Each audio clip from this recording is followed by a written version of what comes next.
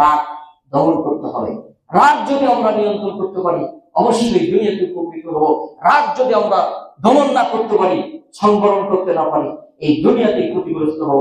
এই রাগের কারণেই আজকে এত মারামারি, এত কাটাকাটি, এত রকমের অন্যায়, জুলুম, অত্যাচার, এত কিছু হচ্ছে।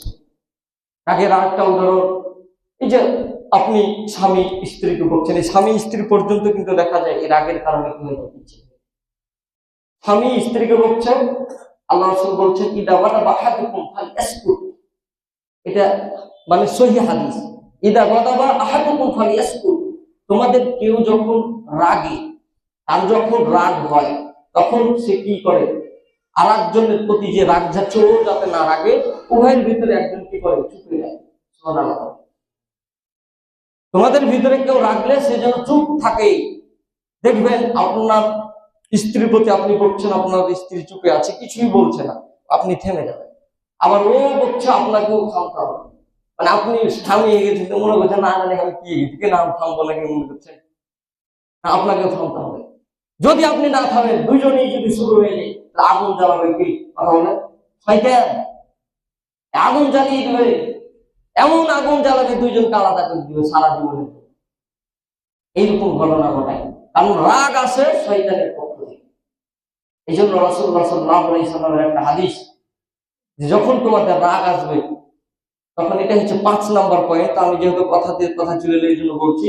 রাসূলুল্লাহ সাল্লাল্লাহু আলাইহি ওয়াসাল্লাম বলছেন যে যখন তোমাদের রাগ আসে তখন তোমাদের করণীয় হলো তোমরা উযু করে নাও।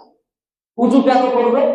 উযু করার যুক্তি হচ্ছে এই রাগ যেহেতু শয়তানের পক্ষ থেকে আছে, আর শয়তানকে আল্লাহ তাআলা কি করেছেন, আগুন দিয়ে সৃষ্টি করেছে। আর পৃথিবীর বুকে আগুনকে নিভাতে পারে কে বলেন?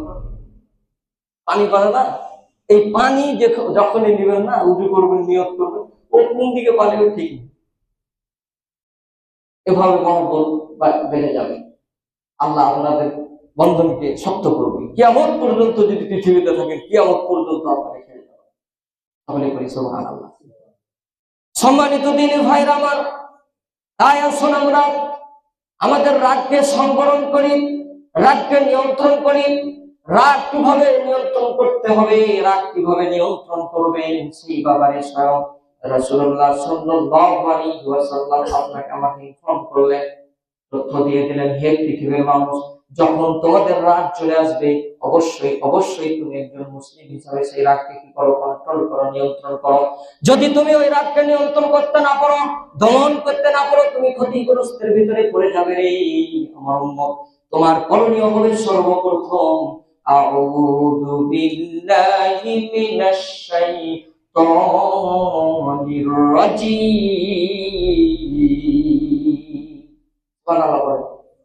এই দোয়াটা মানে জানে না এরকম মুসলমান পৃথিবীতে আছে কি? আমার মনে হয় নাই, সবাই জানে, ঠিক না? খালি মাথা যদি ঝোঁকান তাহলে হবে, কথা বলবেন তাইলে ভালো হবে। দেখেন, আউযু বিল্লাহি মিনাশ শাইতানির রাজীম, এই দোয়াটা কত গুরুত্বপূর্ণ, কত কাজে আসছে। দেখেন, আল্লাহ রাসূল বললেন রাগ এসেছে, তোমার সর্বপ্রথম করণীয় হলো তুমি কি করো, রাগটাকে দমন করার জন্য তুমি আউযু বিল্লাহ বলো। অভিশপ্ত শয়তান থেকে আল্লাহ তোমার কাছে আশ্রয় চাই, এর অর্থ আউযু বিল্লাহি মিনাশ শাইতানির রাজীম যখন করবে তখন অনেকটাই রাগ আপনার কাছ থেকে চলে যাবে। তারপরে দ্বিতীয় পয়েন্টে নবীজি সাল্লাল্লাহু আলাইহি ওয়াসাল্লাম বললেন যে রাগ যখন আসবে তোমার দ্বিতীয় নম্বর কাজ হচ্ছে তুমি চুপ থাকবে। আর 3 নম্বরে রাসূলুল্লাহ সাল্লাল্লাহু আলাইহি